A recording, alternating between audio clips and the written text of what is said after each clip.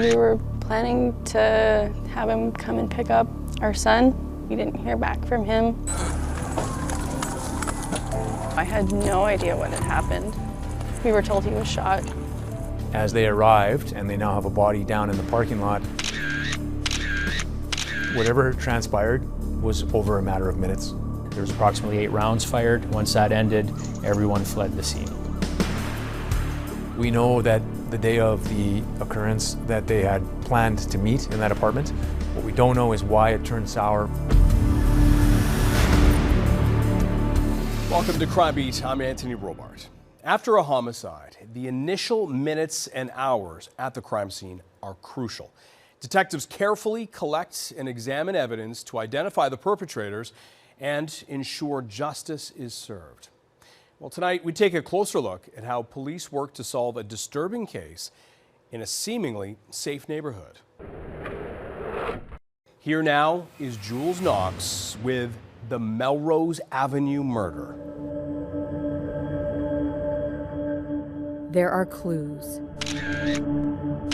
Shell casings and bullet holes. Toppled furniture. A trail of blood. 3 crime scenes. 2 in hospital. 1 dead. At least 1 frantic 911 call. Complainant just heard something shooting off, possibly a BB gun. But nobody involved in the mayhem wants to talk. So police piece together the evidence. One of the bullets exited. They walk us through the clues that helped make sense of chaos. And it all started here on May 19th, 2022 in Saskatoon.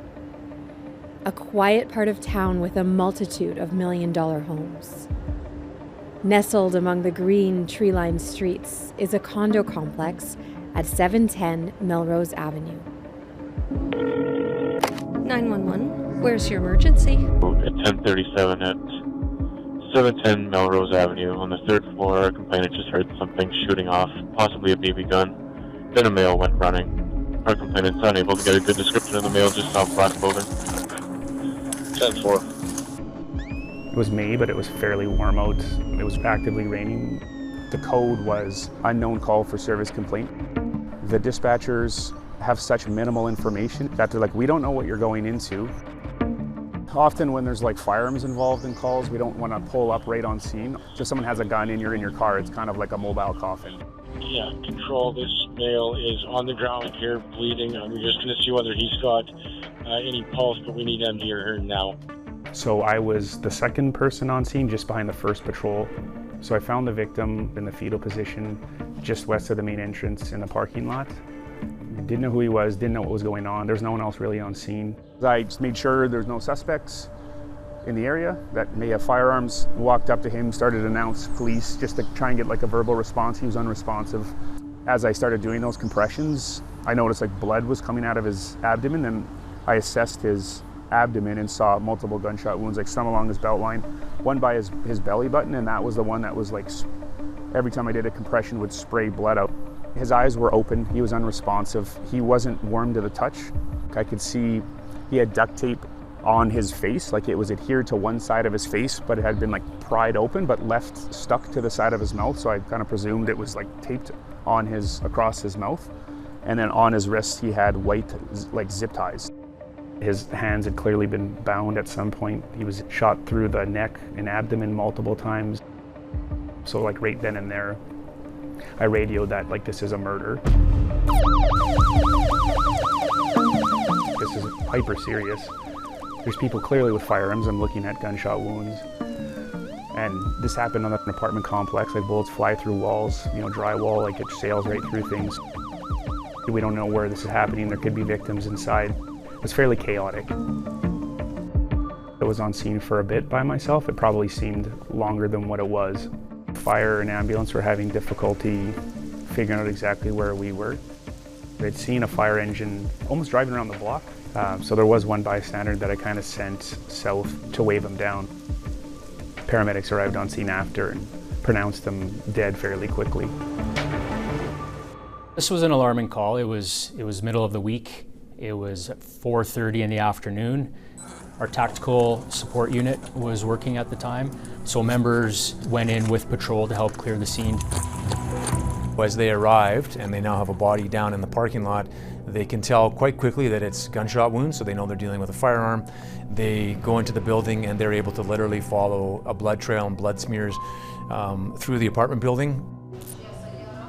Is there concerns that there might still be an active shooter waiting? Is there an ambush? Absolutely, and that is part of the reason why our tactical support unit went. They're trained for those type of incidences.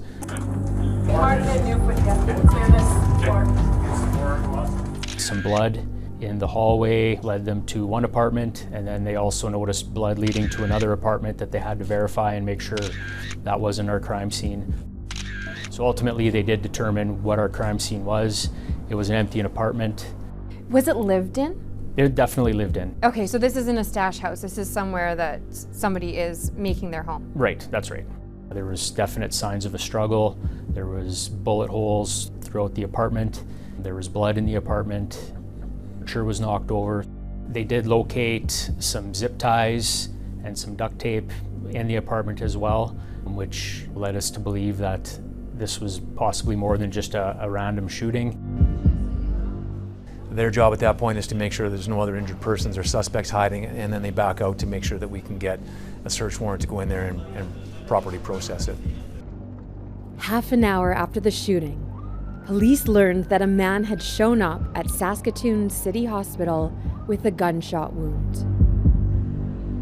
We had another phone call from nearby, a civilian calling in saying they had somebody who was requesting medical attention, possibly shot. That second man had collapsed on the front lawn of a home a couple blocks away. He was also rushed to hospital.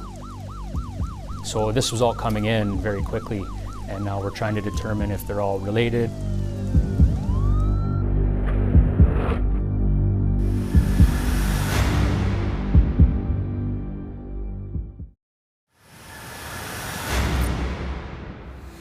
Welcome back. After 3 people are shot in Saskatoon on a rainy day in May of 2022, police scramble to collect crime scene evidence and surveillance video to piece together exactly what happened. We now return to Jules Knox with the Melrose Avenue murder.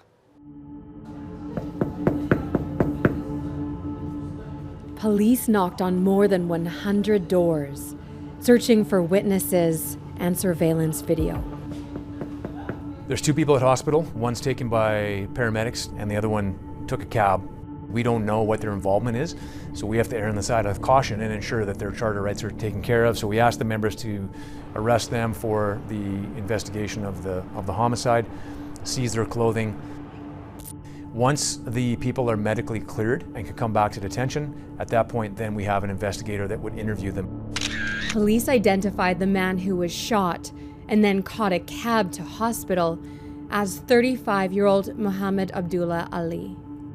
Just the location of where Mohamed was picked up by the ride cab and where our witness had gone to, it was so close, the proximity was so tight that we believe that they were related to that incident. Is Mohamed cooperative? No. What does he tell you? Not much. He basically said he blacked out and doesn't remember. He wouldn't disclose any information to us. He referred to himself as a victim. However, he would not state how or why he was a victim, which in our investigation became a bit of a red flag, because normally people who are legitimate victims of crime, especially if you've been shot, cannot wait to tell the police exactly what happened and why happened. We started to believe that he had involvement in what had occurred in terms of the person being shot and killed. At the murder scene, canine handler Jeff Willoughby deployed his police dog. In an effort to try and to find the firearm that might have been used, they can do article searches where they pair human odor or scent with items. So if you handle like a gun or a knife, or you're wearing a hat, the dog has been trained to locate it, associate the odor to the item, and then give an indication, which is a down. So he lays down to let me know that this item has recent human odor on it. Police studied the crime scene inside the apartment. They believed at least 8 shots were fired by 2 different weapons. So just based on the angles of shooting, there are bullets that exit in an upward trajectory, sideways, and then a downward trajectory out into the parking lot. Some of them are captured in the chip rock in the wall. We're able to recover slugs out of that, but some of the rounds that were fired inside the apartment didn't stay in the apartment. We know that one of them exited out of the building, and based on our forensic identification people, they could use a laser to show that it came out of the building, angled down, and would have struck one of the parking stalls that's just behind us here. So thankfully no one was there at that point. If they had been, they could have easily been struck by gunfire. The victim was identified positively by our forensic analysts. They were able to determine his identification through fingerprints. I believe he had some identification on him as well. So you know very quickly who the victim is? Yes. The man found murdered in the parking lot of a Saskatoon condo complex was identified as 29-year-old Brandon Baxendall. I was definitely in shock. I didn't really believe it. We've agreed to hide the identity of Brandon's fiancée because she's worried for her safety and the safety of their children. There were multiple people involved. Some of the others aren't even named, or we don't know their identities. You just don't know who or where these people could be. The couple had been together for nearly 8 years. He was always quiet and taking in everything around him. He wasn't a show-off and didn't have to be the loudest person in the room to have a strong presence. And I just felt captivated by him. And he was also very handsome. His biggest passion and hobby in life was fitness and working out, going to the gym. He would help people do meal plans, workout plans. Also, later in life, he became really enthralled with golfing and would watch videos on YouTube for hours about form and really tried perfecting his swing. He was a dad. He had 2 little kids, a little boy and a little girl. He was a very hands-on dad. He was the dad that if they fell and got hurt, he was there immediately. He took our daughter for a Starbucks pedicure date. That was the day before he passed. That was something they did often. They would get pedicures, he'd buy her a little dress or a doll. When was the last time you heard from Brandon? About 20 minutes before he was killed. I was with both my kids at a sporting event. We were planning to have him come and pick up our son. He said he would be there right away. He just had to do something quickly, and then we didn't hear back from him. I had just thought he got caught up with something and didn't really notice until I was getting called about it that I hadn't heard from him. It was the police department calling. I had no idea what had happened. We were told he was shot, and that's pretty much it. It definitely felt like me and the rest of his family found out in real time with news articles and stuff of what had happened.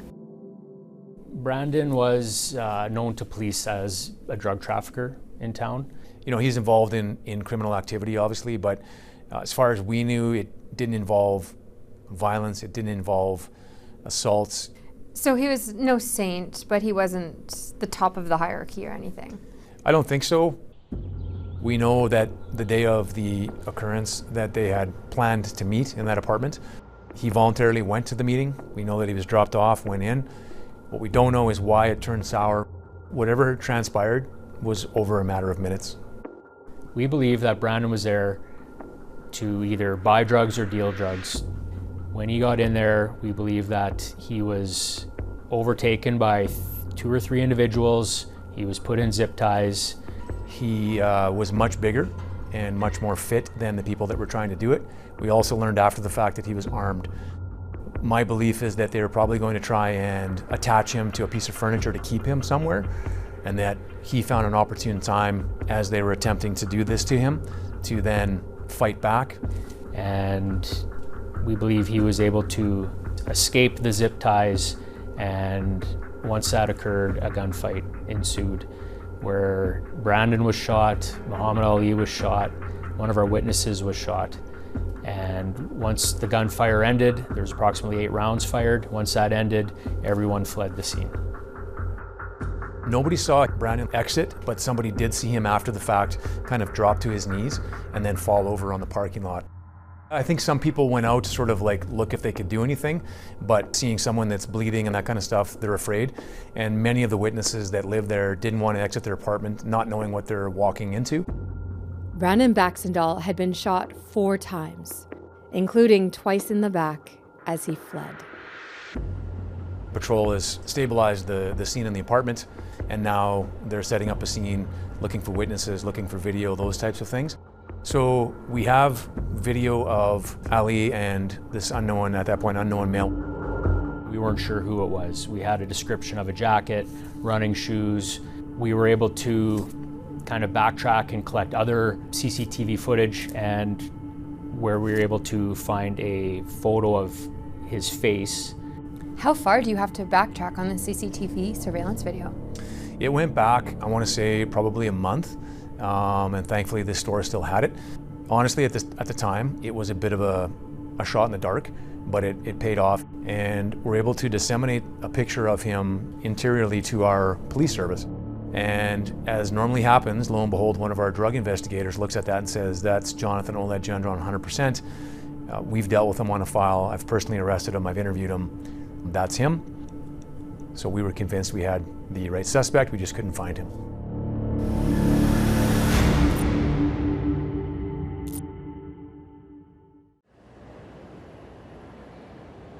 In the hours after Brandon Baxendale's murder, Saskatoon police started piecing together a theory about what unfolded at the scene and where their suspects fled. So walk me through what happened here. So when our patrol officers arrive, they find Brandon Baxendale lying in the parking lot outside of one of the exit doors. They basically pull him to a safer area in behind their patrol car, because at this point they don't know where the gunfire is.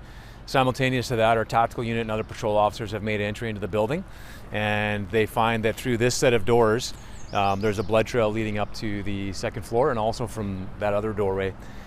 Through some video surveillance, we then find out that our 2 suspects came out of this door, kind of angled across through this tree area here, across the front yard of this residence. So what we're gonna have is Ali running first. He'll be reaching at his belt area in pain. He had been shot. And then shortly behind him will be Ouellett Gendron. And when you slow the video down, you'll be able to see the hand tattoo that matches. He's wearing a remarkable jacket that we've captured numerous times on surveillance footage. There was a receipt that we located in the apartment from a store from the West Edmonton Mall, so we were able to get footage from that mall security and located Gendron on that footage as well, wearing the same jacket, the same shoes as well. So this is the set of stairs that Ali runs down. He turns onto the sidewalk, and the way that this area works is there's a bit of an embankment after the parking lot that goes down. Mohamed Ali was familiar with the area. Ouellett Gendron didn't realize about this drop, I don't think, or in the panic kept running. He actually falls off of this little precipice, drops a bunch of items, including some of the zip ties. He gathers himself, gathers his items, and then continues after Ali. And there's sort of sometimes a pattern to what they will do. Our thinking is that they want to get off of a main street, sort of out of the public view. Remember, they're panicking. One's been shot, so they see this opening, they turn, there's less eyes focused into the lane, and then kind of go their separate ways. And you know, Ali doesn't go far from the lane. It's just up the rest of the lane, and actually hails someone else's cab. We have the video from that cab, and you can see on the dash cam that there's police cars responding, lights and sirens into the area. So he's already on his way to hospital, while other units are still responding into the area, to the back area. Ouellett Gendron, we believe, continues to run out of the area and is gone before arriving police officers get here. One of the items that he dropped, a citizen who is pretty switched on, realizes that this might be evidence, he knows something's going on because of the massive police response. He calls communications but is unable to get someone to come because in the moment they're dealing with much more important things. He actually goes out with barbecue tongs and utilizes a clean pair of tongs in a plastic bag to essentially retrieve an exhibit for us, and then calls us later on, and we were able to go out there and retrieve this item that was dropped. Was it a zip tie? This one wasn't. It ended up being a phone charger that was in his possession that he had dropped. When he did wipe out, it appears that he still has a handful of the zip ties, which for whatever reason he scoops up and then continues to run. And does the phone charger, does that help you? It does help us because we're able to send it away for a DNA analysis. Mohamed Ali was renting that apartment. Brandon got dropped off from a friend. He was supposed to have a meeting with Mohamed. The friend tells us that he dropped off the victim and went for a drive, was supposed to wait for a phone call to come back and pick him up. He ended up getting a phone call from Brandon, and he had told him he had been shot. He did go back to the scene. Drives up and then realizes that this is very dangerous for him. He obviously knows that there's been gunfire. Brandon is now down. He can't get him up and into the vehicle, realizes that he's in medical distress. I would say essentially panics. He knows that Brandon has a gun. For whatever reason, didn't want his friend to be caught with the firearm. Discards the firearm close to the scene. We had witnesses that were able to describe the vehicle and gave us a plate number of the vehicle. As we were running that down, he actually, for lack of a better term, had an attack of conscience and called into our communication center that said he was a witness and describes what he did and that he was fearful, not knowing where the people that did this to his friend are, and so that he might be in danger just by being in the area. Do you know where roughly Brandon's firearm was discarded? It was discarded in a garbage can just on the other side of this parking lot for the next condominium, and our patrol people did a good job. They took a large scene, taped it all off, so it was still contained within the crime scene. So we had continuity of the area the entire time. So we know we have a shooting. We also know that there are different shell casings brands inside there, and that we're reasonably looking for other firearms. We knew where Ali got picked up, so we knew that he wouldn't be taking a gun to a hospital, and he probably ditched it somewhere close by. With little information on where the suspects fled, the K-9 team continued to scour nearby back alleys. We headed westbound down there, south, and then west again, then south, looking for anything that the dog might have been able to locate, but we were unsuccessful in doing that. The next day, we contacted our public safety unit who are trained at grid searching. Our major crimes unit will call us, and we got told there was a homicide investigation and the suspects fled from the apartment building on camera. And then the information was they got picked up in a cab a block and a half away. We have a small trailer we use as a command post, so we'll get it loaded up, so we'll just head out there. I think on this one, we had boots on the ground going while the command post was getting set up, because the public's starting to wake up and we don't need them coming across the firearms. We decided we wanted to detail the yards down McPherson. There was a lot of good information, but I kind of broke it down into 5 points, I guess. We have number one, which is where the murder did occur. Number two is the rough area. There was a doorbell camera that showed them exiting towards 11th Street and heading west. But we don't have anything other than that, except now they found, I believe it was a cell phone belonging to one of the suspects. And then you had an injured person across the street, and then an injured person down here. At the start of every search, you have a GPS, which you have to clear so that it's a fresh track. And basically it'd be just like if you were going for a run, the GPS on your watch, similar technology. It just tracks your movements.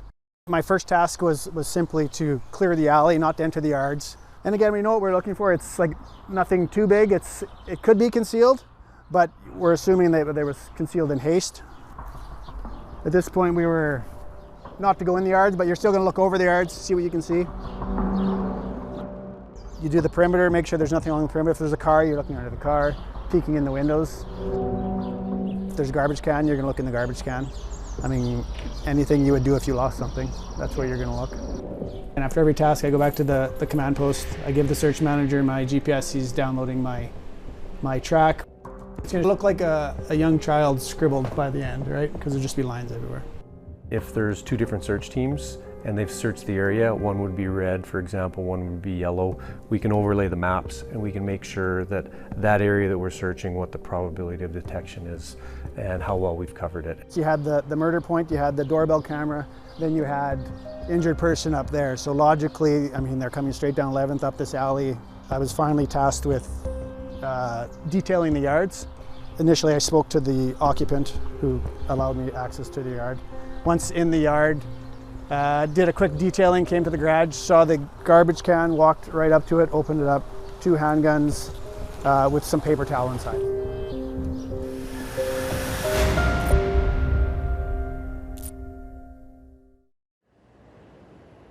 The day of Brandon Baxendall's murder was garbage day, but police caught a lucky break. The truck had already been down this back lane to empty the trash by the time 2 gunmen tossed their weapons into a neighbor's bin. After garbage day, this person had already taken them in and put them in their yard. Thankfully, our public order unit people were very thorough about it. Peeked over the fence, realized that, hey, there's 2 garbage cans that aren't in the lane. Went inside, opened up the garbage can, and then located the 2 firearms that were recovered inside there. How crucial is that evidence? It's extremely crucial. It then allows us to make a better understanding of what occurred in the apartment based on where the shell casings are. Any recovered slugs, we can now determine, hopefully, which gun they came from and who shot who. Whose guns were those? One of them was Mohamed Ali's, and the other one we reasonably believe belonged to Jonathan Ouellett Gendron. We know that Jonathan Ouellett Gendron, that he would have been one of the persons firing. We know that Brandon Baxendall would have fired rounds. At this point, based on the evidence we have, we don't believe that Mohamed Ali, although was in possession of a firearm, that gun was used to fire any of the rounds. Police combed through hours of surveillance videos to retrace the movements of their suspects. And they say they spotted Mohamed Ali and Jonathan Ouellett Gendron shopping together 2 weeks before Brandon Baxendall was murdered. According to police, the pair bought zip ties, duct tape, gardening shears, and rope. So you think this was a planned ambush? I do, because the instruments that they used were already in their possession prior to, and these aren't normal household items that you would have in an apartment that's furnished. They also would have to make sure they had enough people in the apartment to overpower Brandon. He was very fit, lifted weights, so they would have to make sure that they had their plan in place. As a struggle ensued, it's not clear what unfolded inside that apartment. Does Brandon have any friends on his side? No.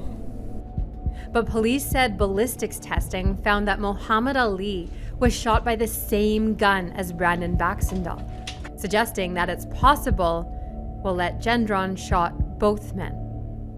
Do you believe that Jonathan Ouellett Gendron was shot? We do not believe he was. So how many people were shot in the apartment on that day? 3. That includes Brandon Baxendall, Mohamed Ali, and a 3rd man who was found on a neighbor's lawn a couple blocks away. He initially gave us some information that was false, but then came around and let us know that he was at that apartment scene. As time went on, he began to provide more and better information. Did that witness fire any of the shots that day? No. Did he have a gun? No. It sounds like he wasn't involved in the homicide itself. He was there to buy drugs. And this particular witness was actually, he was shot again a few months later. We believe was because he cooperated with police. He is in witness protection to ensure that he's available for trial and to make sure that he's safe. So how many people are in the apartment when the shooting happens? There's a total of 5 persons in the apartment when this goes down. We have Mohamed Ali, we have Brandon Baxendall, who's the deceased, that was the victim of murder. We have the witness that's in witness protection. We have Jonathan Ouellett Gendron. And to this day, we have one other unknown person that fled the scene, but we cannot determine who that person is at this point yet. All we have is like a distance camera angle from a doorbell camera that you can tell that it's a male person, but short of that, we don't know who it is. Does this 5th person do any of the firing of a gun? No, so we were able to recover 3 of the firearms, I guess, including Brandon's, and determine through DNA analysis and firearms ballistics who basically had control of what firearm. And as far as we can tell, we can account for the firearms and the shell casings that are there and the DNA that's on the firearms. And unfortunately, there was no DNA that could be collected at scene that linked us to who this last person was. Although police were struggling to identify the fifth person at the murder, they were still working on tracking down Jonathan Ouellett Gendron, who police say fled the scene with Mohamed Ali. At some point, he separates from Ali.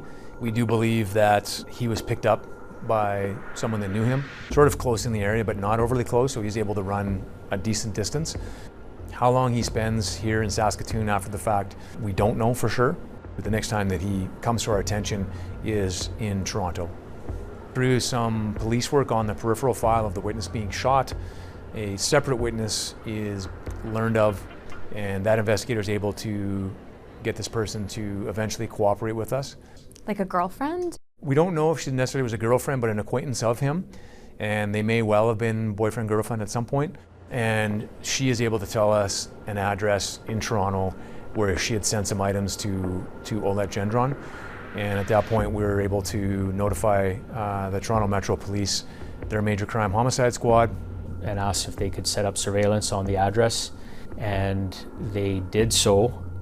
They were able to confirm that Jonathan Ouellett Gendron was renting that apartment under an assumed name. They set up surveillance. They're able to get us very good video surveillance of the interior of the elevators.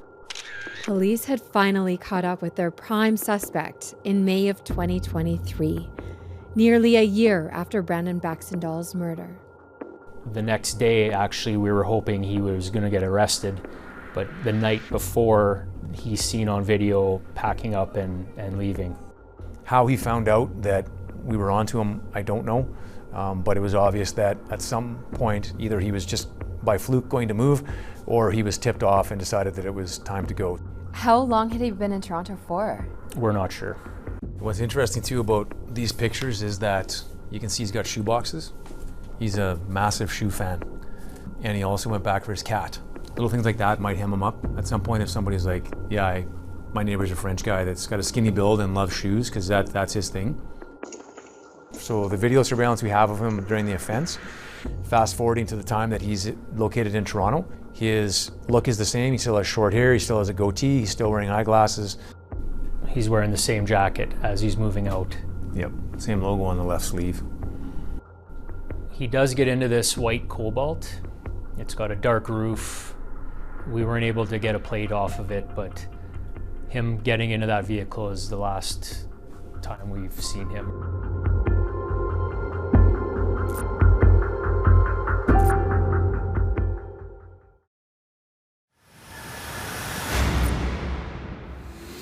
Welcome back to Crime Beat. As detectives continue to hunt down the man they believe fired the fatal shot that killed Brandon Baxendall, they also charged the man police say was his associate with murder. We now return to Jules Knox with the conclusion of the Melrose Avenue murder. The day after Brandon Baxendall was killed, Mohamed Abdula Ali was charged with his first-degree murder. But lawyers later struck a deal. In August of 2024, the 37-year-old pleaded guilty to the lesser charge of manslaughter.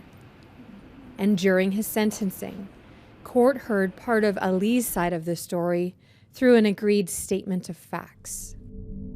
Ali admitted that he arranged to meet Brandon Baxendall at his apartment with a promise that he would give Baxendall the money he owed him. There were 4 men in the apartment when Baxendall arrived, but 2 were in the bedroom. Ali said he kept Baxendall talking until Ouellett Gendron and an unidentified man burst out of the bedroom and tried to bind the victim's arms with zip ties. Baxendall drew his gun and fired, hitting the man now in witness protection. His gun then jammed.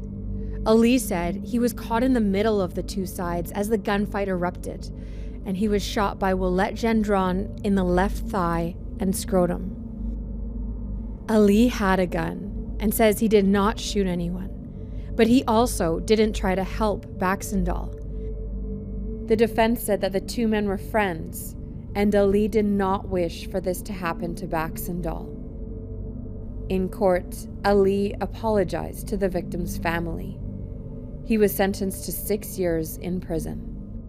So what kind of relationship do you think there was between Brandon Baxendale and Jonathan Ouellett Gendron? We believe that they were associates in some sort of criminal activity, most likely drug trafficking. It appeared that the three men had connections stretching up into the Northwest Territories. In 2017, Mohamed Abdula Ali and Jonathan Ouellett Gendron had been charged in the same drug investigation in Yellowknife. Ali was not charged with a drug offense, but did pay a fine for resisting a peace officer. And Ouellett Gendron was accused of human trafficking and cocaine trafficking, but later discharged. A few months prior, Brandon Baxendale had been arrested in a separate drug bust in the same city, although that court case was later dropped. Do you connect with investigators in the Northwest Territories at some point? The RCMP did have files and were able to shed a little bit of light. We're able to confirm that these people would have been associated together. How big is the Northwest Territories drug market? I have no idea, but it must have been big enough that they could go up there and make some sort of money. It didn't appear to last very long. They ended up being caught quite quickly, and then it looks like they ended up coming down to Saskatchewan. Why do you think the drug trade is so lucrative in Saskatchewan? That's a very good question. I don't know if it's easier to get inroads into a smaller location because you kind of know who the players are versus a bigger market like Toronto or Montreal. But they end up coming here and they stay for the most part, so it would appear that it's a lucrative drug trade for some reason. I did spend a lot of years in the drug unit years ago. The pipeline to Saskatoon, that dates back to almost 2013, where the boom, the housing market really rose and the job markets really rose. There was a lot of influx of money in the city.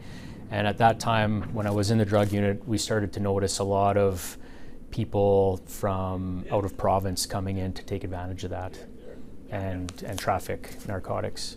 What's the status of the gang activity in Saskatchewan right now? It's very prevalent. We have our local gangs, and we do have gangs from other provinces coming to town. Again, it all boils down to money and where they can make money. And Saskatoon is a spot where they can make money, and they're taking advantage of that. What would it mean for you, for the people who were responsible for Brandon's death, to be caught? It would mean being a little less worried when I go out with my children, when I send them to school or going to the park. You just never know who's walking by. But nothing, in my opinion, is going to fill the void that me and the rest of his family feel. I'm gonna have to grieve and miss someone longer than I even got to be with them. Would like people to remember him for his generous, kind self that he was. Funny, always a jokester. He was the guy that was making light of situations, but he was always taking care of everyone around him. He had spoken a lot about one day wanting to open up a gym of his own and being a personal trainer. Brandon's death has left a lot of people broken and devastated, and he's loved and missed by so many people. I would say it's felt like 100 years has passed, but also it feels like it was yesterday, all at the same time. There's been many moments of wanting to pick up the phone and call him to tell him something, like when our kid lost their first tooth. It's definitely a void that can't be filled for them. They miss their dad, and there's so much love that he had to give them that no one else possibly could. They also have a fear that the world is going to take everyone they love away from them and that everything is dangerous. Brandon Baxendale's mother declined an interview, but in her behind-the-scenes quest for justice, she reached out to Canada's BOLO, or Be on the Lookout program. She's a mother who's grieving. She was already obviously in touch with the Saskatoon Police Service, but she was looking for innovative ways to try to get the word out there that there was someone wanted for the homicide of her son. The BOLO program uses billboards, social media, and cutting-edge technologies to put the public on the lookout for Canada's most wanted suspects. Today, we show you the money. And substantial rewards are at stake. If you went to high school with one of them, if you worked with one of them, if you happen to know you have a friend in common, these are the cases for which investigators want to leave no stones unturned. So, and if they resort to use BOLO, it's because they want you to call with that sort of information. By January of 2025, Jonathan Ouellett Gendron had crept up the list to be the 8th most wanted suspect in the country. The BOLO program is pleased to offer a reward of up to $50,000 for any information leading to the arrest of Mr. Ouellett Gendron. I want to be clear here. The only condition for this reward to be paid is that your tip leads to the arrest of Mr. Ouellett Gendron. Period. He's 5'6", about 140 pounds, so he's a real small individual. Typically wears glasses, usually has a beard and shorter hair, but he could change his appearance and get contacts and grow out his hair, shave his beard. He has a rose, like a black rose tattoo on the back of his left hand, and he'll have a Mayan tattoo on his right hand. And I believe he has a larger tattoo on his chest of a gorilla. Do you think it's possible Ouellett Gendron is still in Saskatoon? We don't believe so. I think he's probably in a big center. If he goes to a Toronto or a Montreal or an Ottawa, he's going to blend in. He has a very thick French accent. Obviously in those jurisdictions, that's not going to stand out. We believe his family's from Quebec, but he does have ties to Ottawa, Toronto area, Alberta. Would he have resources like cash on hand to survive, like say somewhere else down south or tropical destinations? We think he's fairly connected. We're not sure of his standing with that group since this happened. So we don't know if he does have access to money or if he's being protected by friends or family. Police say it's not clear if Ouellett Gendron is connected to a specific gang or criminal organization. We don't necessarily know because it goes back to Ontario, and there are some other investigations that are sort of linked with him in other provinces that might be somewhat compromised if we were to say that, but it's not like they're like a known biker gang. They're fairly sophisticated and they're very good at insulating themselves. They are definitely a criminal enterprise. What they would be called, if anything, I don't know. It might just be a collection of people that are very good at drug trafficking and not getting caught. The ID that he was using in Toronto to rent the apartment, it looks very legitimate. It was an Ontario driver's license, assumed name Brian Marchand.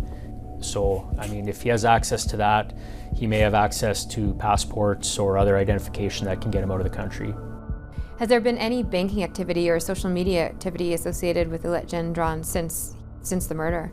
He shut that down very quickly. We had some preliminary stuff, but again, he's wily enough that dried up very quickly, and obviously he probably got a bank account under a different assumed name. How sophisticated would you characterize Ouellett Gendron's abilities? I'd say very sophisticated. In my tenure in major crime, he's a bit of an oddity in the sense that he's had the ability to flee our jurisdiction, to get assistance from other people, to stay off the radar of the police. And there's significant resources being placed into finding him with the BOLO program and other police agencies, and yet we still are finding it very difficult to locate him.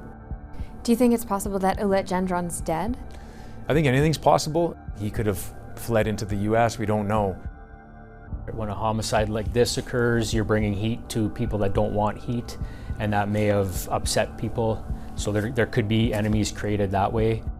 My hope is that I get a phone call one day that there's some police jurisdiction that has him in custody and we can go get him and bring him back so that he can go before the courts. At the time of our initial broadcast in May 2025, police continue to hunt for Jonathan Ouellett Gendron, who remains at large. The accusations against him in the murder of Brandon Baxendale have not been proven in court. Thank you for joining us tonight on Crime Beat. I'm Anthony Robart. Want more episodes of Crime Beat? Listen to the Crime Beat podcast now for free on Apple Podcasts, Spotify, or wherever you find your favorite podcast. And for past episodes of Crime Beat, go to the Global TV app, visit globaltv.com, or check out our Crime Beat YouTube page.